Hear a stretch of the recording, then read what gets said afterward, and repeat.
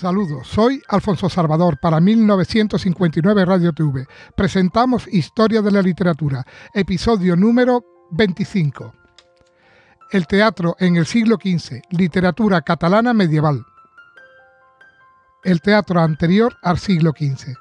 Desde la época del auto de los Reyes Magos, compuesto quizá en la segunda mitad del siglo XIII hasta el siglo XV, existe un gran vacío en la historia de nuestro teatro. Representaciones teatrales, principalmente sacras, debieron de existir, como en los demás países europeos, si bien los textos castellanos se han perdido. Preciso es llegar a Gómez Manrique para encontrar con piezas teatrales que, aunque de simple contextura y técnica rudimentaria, sirvan de transición a obras dramáticas más ricas y de temática más amplia, como el de Juan de Encina, Lucas Fernández y sobre todo La Celestina.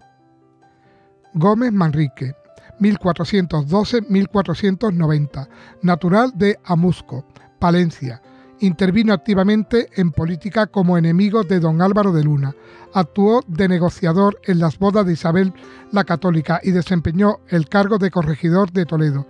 Célebres son los versos que mandó inscribir en la casa consistorial de esta ciudad, donde compendian los deberes del buen gobernante.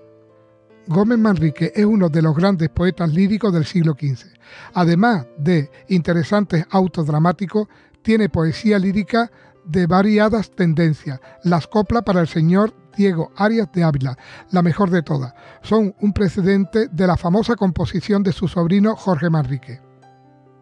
Como dramático ya se ha indicado que es el primer autor teatral que cierra el largo paréntesis abierto desde la aparición de nuestras primeras obras dramático-medieval. Tanto la representación del nacimiento de nuestro Señor como el diálogo entre María y San Juan, titulado Lamentaciones fechas para Semana Santa, los compuso para ser representado en el convento de Calabazanos, Palencia, del cual su hermana doña María era superiora. Juan de la Encina, 1469-1529, a que se han llamado justamente padre del teatro español.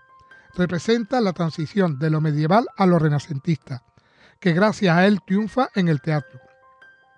Nació probablemente en la provincia de Salamanca, en cuya universidad estudió. Estuvo al servicio del duque de Alba y pasó después a Roma, donde fue músico de la capilla papal de León X. Peregrinó a Jerusalén y se ordenó sacerdote en 1519. Murió en León en 1529. Juan del Encina se distinguió como músico, poeta lírico y autor teatral. Como lírico tiene poesía amorosa y sacra, y preciosos villancicos, recogidos en sus cancioneros, donde figura también buena parte de sus autos y representaciones. En su producción teatral hay que distinguir dos clases de obras, que corresponden respectivamente a las etapas de su estancia en Salamanca y Roma. En la primera figuran 3 eglogas de Navidad y 2 de Atruejo o Carnaval, además de la representación de la Pasión y de la Resurrección y el auto del Repelón. En este, una pervivencia de los juegos de escarnio y la primera pieza cómica de la literatura española. En él se representan las pesadas bromas que gastan ciertos estudiantes a unos pastores. Todas ellas son obras de estructura muy simple y diálogos sencillo y popular. Con su estancia en Roma y por tanto bajo la influencia de las corrientes renacentistas, escribió la Egloga de Fileno, Zambardo y Cardonio, la de Cristino y Fiebea y la de Plácida y Victoriano. En ella y sobre todo en las dos últimas se advierte el triunfo del Renacimiento sobre la ideología medieval y por su concepción neopagana de la vida y del amor. Es también visible la influencia clásica en la mayor complicación estructural y en el diálogo de los personajes más cultos y refinados. Juan del Encina representa uno de los valores literarios más destacados de la época de los Reyes Católicos. Él seculariza definitivamente el teatro y, fundiendo lo popular y lo erudito, prepara el camino a la espléndida producción dramática nacional de la centuria siguiente. Fernández, 1474-1542, salamantino como Juan del Encina y como este también músico y poeta. Fue catedrático de música en la universidad. La obra de Lucas Fernández, todavía inmersa en la tradición medieval, la componen sus 6 farsas y eglogas de carácter pastoril, 3 de tipo profano y otras 3 religiosas.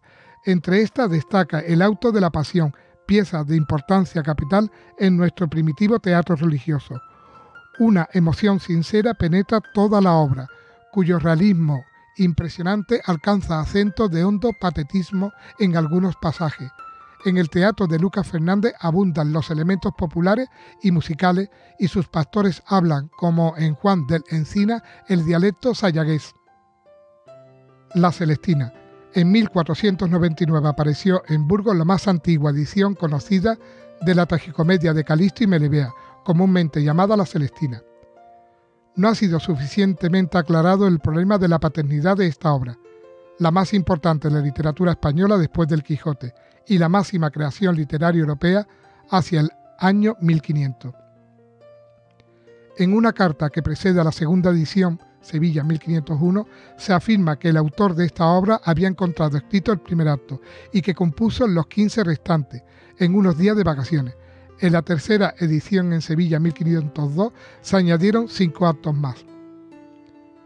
En un acróstico que seguía a la aludida carta se decía que el bachiller Fernando de Rojas acabó la comedia de Calisto y Melibea y fue nacido en Puebla de Montalbán. Este Fernando de Rojas, en efecto natural de la población citada y residente en Talavera, figura en algún documento como autor de Melibea. La cuestión no ha sido aún resuelta. Menéndez Pelayo atribuye la obra entera a Fernando de Rojas, fundándose en la imposibilidad de alcanzar por otro autor distinto la perfecta compenetración que se advierte entre el primer acto y los siguientes. Hoy día la mayor parte de la crítica se inclina a admitir la afirmación de Rojas y considera el primer acto de la Celestina como no escrito por el autor o autores de los restantes. Asunto de la obra.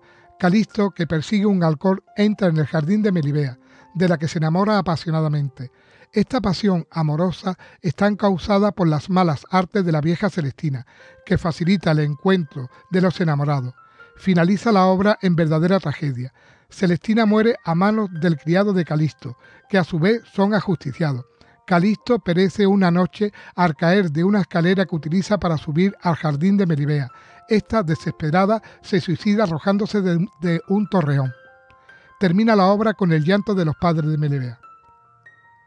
La Celestina se define como una acción en prosa. En ella los hechos se presentan no en forma narrativa, sino mediante la acción de los personajes.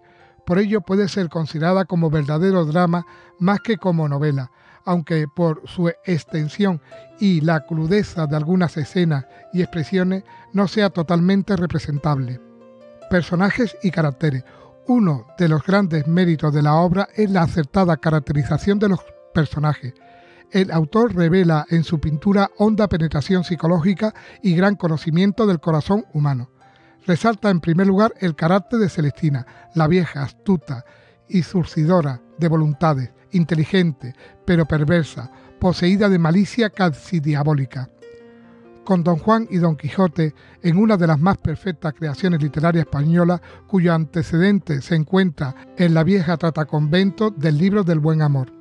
Calisto y Melibea, incauto e impulsivo, súbita y fuertemente enamorado, son dos tipos perfectos de amantes, como los creados más tarde por Shakespeare.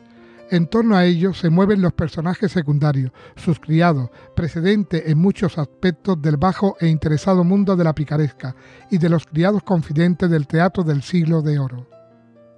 El estilo y el lenguaje. El doble mundo en el que viven los personajes de la Celestina, aristocrático y refinado, el de los protagonistas, vulgar y de bajos fondos, el de Celestina y los criados, se reflejan en el lenguaje de la obra. Es culto y ligeramente latinizante en Calisto y Melibea, popular, espontáneo, abundante en Celestina y en los criados. Con todo, tiende siempre a un ponderado equilibrio entre ambos extremos y no llega al exceso de latinismo de un Mena o a la inagotable verbosidad del arcipreste de Talavera. La perfección y la viveza del diálogo y la elegancia del lenguaje hacen de la Celestina una obra capital de nuestra historia literaria. Juan de Valdés, que ya apuntaba su uso de latinismo y amontonamiento de vocablos, afirma que ningún libro hay escrito en castellano a donde la lengua esté más natural, más propia ni más elegante. La moral de la Celestina. El autor declara que la obra está compuesta en represión a los locos enamorados, pero como en el caso del arcipreste de Ita, no aparece clara la eficacia de la lesión. Cervantes dijo que la Celestina sería un libro divino si encubriera más lo humano. En efecto, la crudeza de algunas escenas, la descarnada pintura de la vehemencia de la pasión y el lenguaje excesivamente realista de muchos de sus diálogos merecieron la censura de escritores como Vives y Fray Antonio de Guevara. La Celestina, obra de transición. La Celestina es la obra que mejor representa el momento crucial entre la Edad Media y el Renacimiento. El espíritu renacentista pagano aparece en el triunfo de la voluntad humana sobre las consideraciones morales y en el goce desenfrenado del amor y de la belleza. La ascesis medieval se perfila en la victoria final de la muerte, castigo de las transgresiones de la ley moral. Obra típicamente española, hay también en ella una admirable fusión de idealismo y realismo. El plano idealista y poético de los enamorados tiene su contrapartida en el plano realista, rufianesco e interesado de Celestina y los criados. La trascendencia de la Celestina ha sido inmensa en el teatro y en la novela, donde ha tenido muchas imitaciones y continuaciones. Gil Vicente, Lope de Vega, la novela picaresca, Cervantes recibieron claramente su influjo. Literatura catalana medieval.